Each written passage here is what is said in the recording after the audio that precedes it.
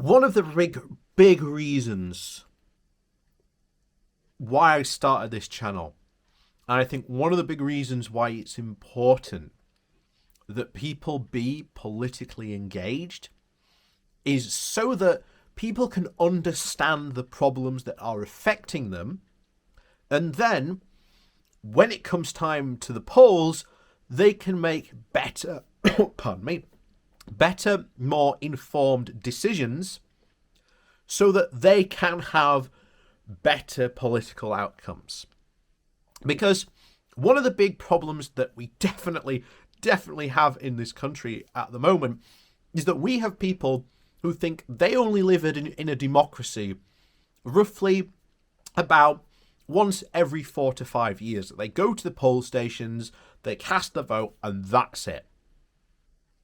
No, this is not the mindset that you should be living with. You should live with a mindset, regardless of not if you just live in the UK, if you live in any country and you're watching this, you should take this mindset forward of you live in a democracy 365 days of the year, every year.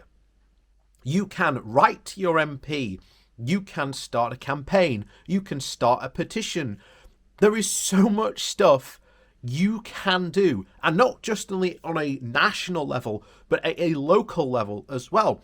I mean, I found it really quite hilarious. There was a recent protest in Barnsley, and some of these people, even though this decision that they were protesting had been talking about and trying to accept public opinion and getting the public's opinion for at least 2 years, there were many people at that protest who felt that the council had not sought out their voices or not listened to them. When the council had literally been going for 2 years saying, we are going to do this, public, people of the area, what do you think? And shock horror, no one turned up to these council meetings, no one turned up to these public information meetings, or if they did, they were very well underattended. There was even pieces in the Barnsley Chronicle about this. Again, you have to get engaged, and this annoys me on such a huge scale that people don't get engaged in politics and then go on to complain about stuff as if they've never had a say, or they live in some sort of dystopian dictatorship. No, you don't. You live in a democracy. You have a say. There are things you can do, but they don't seem to be, shall we say, that inclined to be able to do them.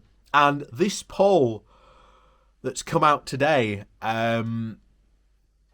really illustrates this point, and it is painful. It is so painful, because I've said for quite a while now, be prepared for me to talk about Northern Ireland to death, because this is going to be a major problem point for the UK.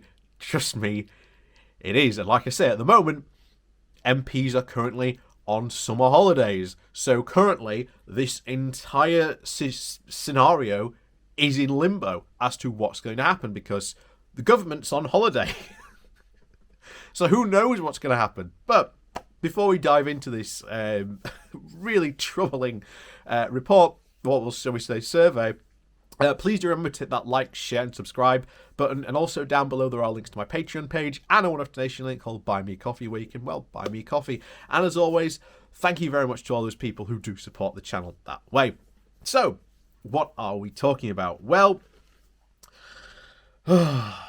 this comes from a new poll, and guess what? It basically says this, that Brits blame the EU for Northern Ireland trade problems.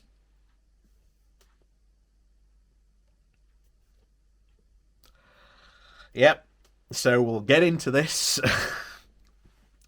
So, almost half of Brits who vote, almost half of British voters who are aware of trade problems with Northern Ireland blame the EU for those frictions, compared to just 31% who believe the UK is mostly responsible, according to a new poll. Brussels and London are currently locked in a dispute over the setup of the trade between Britain and Northern Ireland.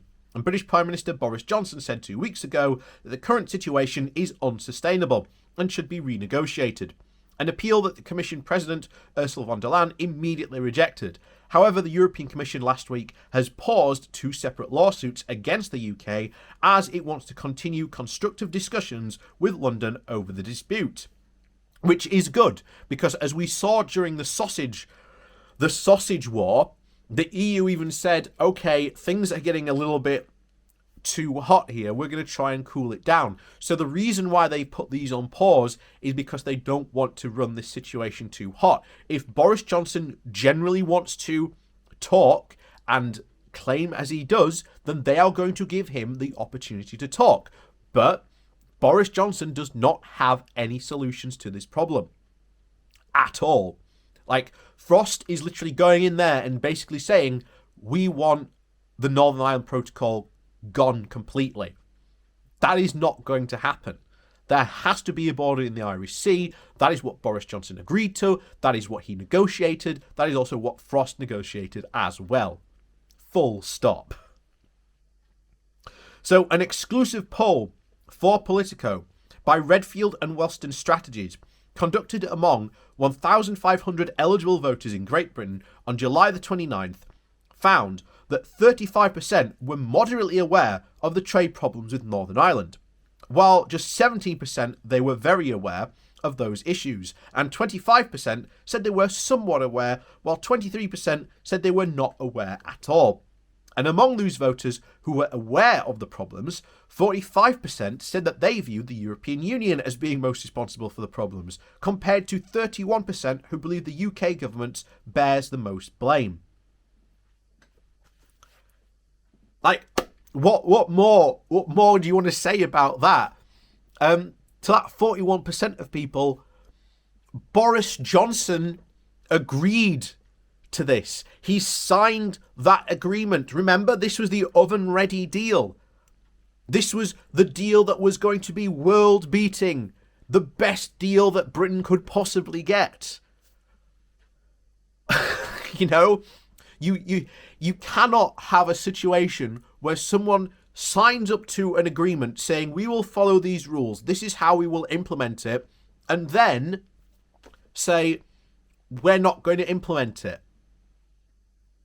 Because straight from the day one, the Brexiteers, Boris Johnson, were all very clear that even after they'd signed it, that they had no intention of keeping the Northern Ireland Protocol in place, right from the very word go. This to them was always something that they could just go and negotiate later with. They didn't really care about this situation. So they are most responsible for this situation. The EU is blameless in this, because this was a British invention. The Northern Ireland Protocol was created by the Brits. It was created by us. The EU bears absolutely no responsibility. All they are saying is, hey, you said you were going to follow these rules, so please follow them. And here's the thing. Boris Johnson has literally nothing to say about this. The EU have said, okay, we're going to continue these talks. Johnson and, of course, David Frost, who is the Brexit chief negotiator, have nothing to say. They have no answers to this. So ultimately, these lawsuits will come down the pan and will bite Britain very, very hard, because the Brits on this side refuse to actually implement the Northern Ireland Protocol sufficiently for it to be able to work.